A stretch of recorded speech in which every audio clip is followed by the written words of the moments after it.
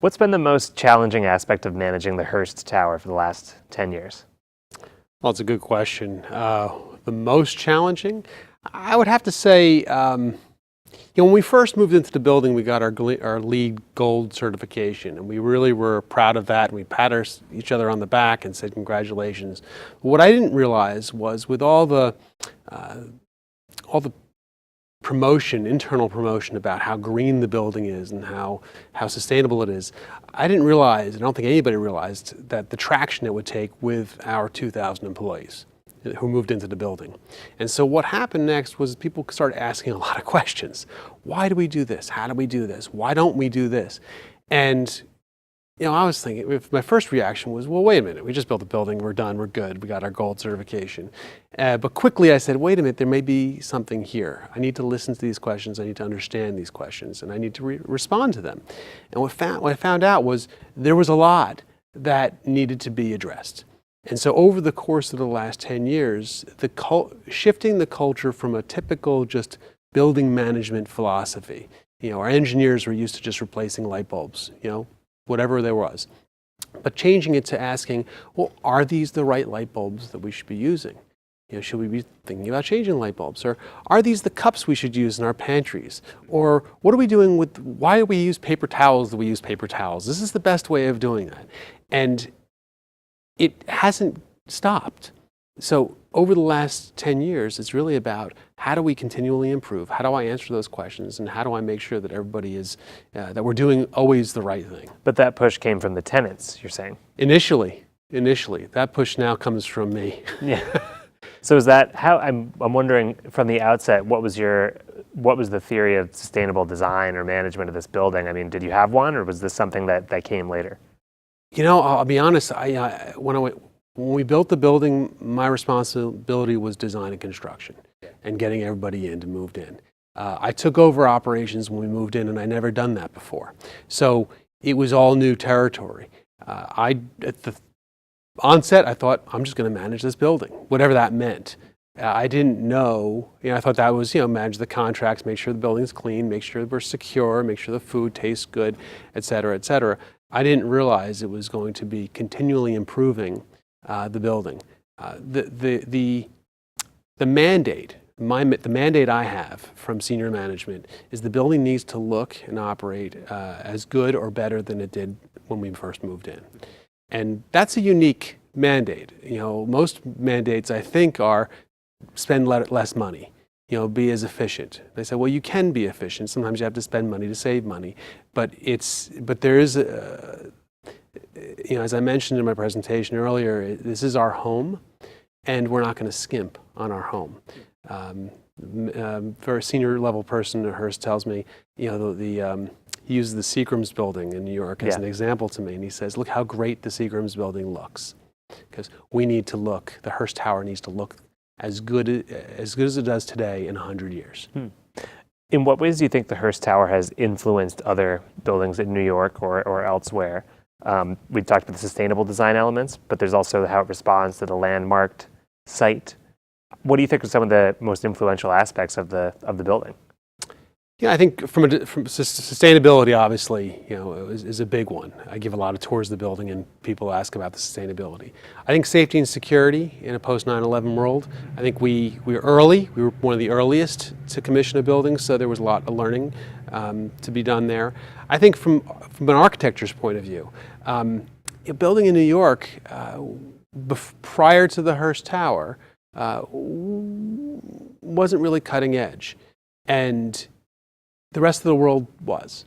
And I think there was a recognition of that by the New York Landmarks Commission, that there weren't really new landmarks being built in New York City. Yet around the world, these world-renowned architects were designing spectacular buildings. And New York needed some. And I think that was the vision of Hearst, was to build something spectacular, but it's also to start to set the stage and say, you can do this too.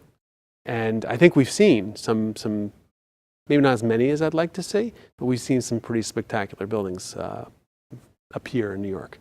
So you've said before, it is not enough to build a green building. We must make sure that the building continues to perform and improve over the long haul. At Hearst Tower, we are proud of the sustainable culture we've created, always asking what's next and not resting on our laurels. So what's next for Hearst Tower? Oh, what's next?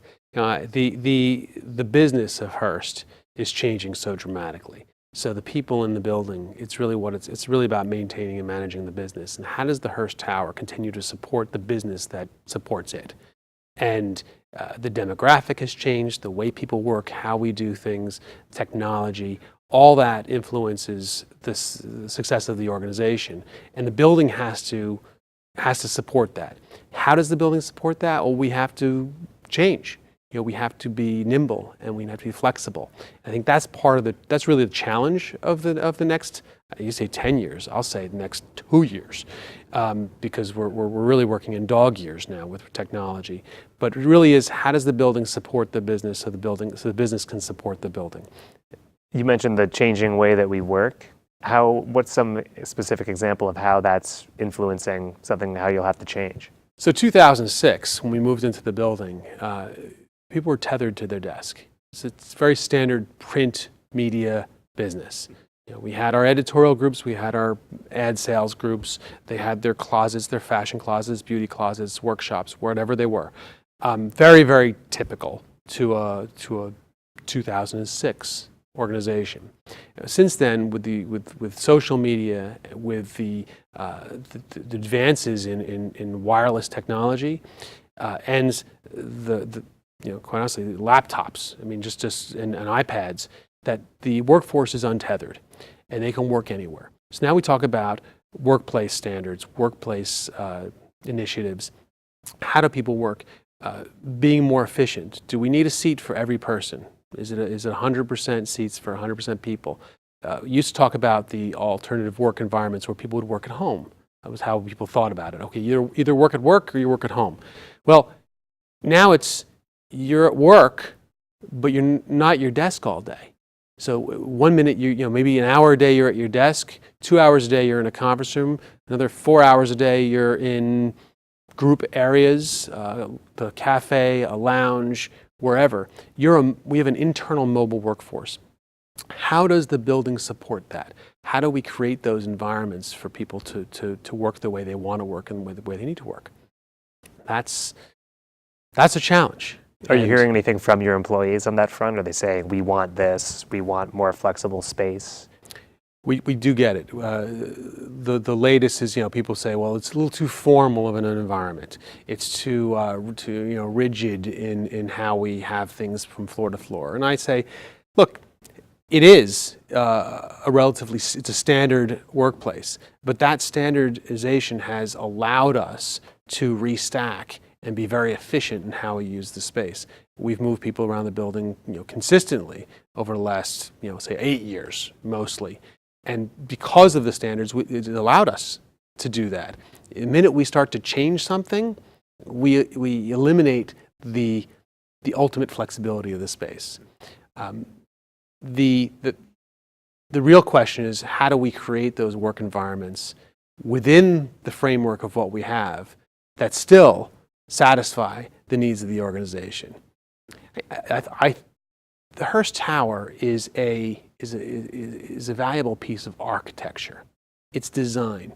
And it's not just the exterior of the building, it's the interior of the building as well.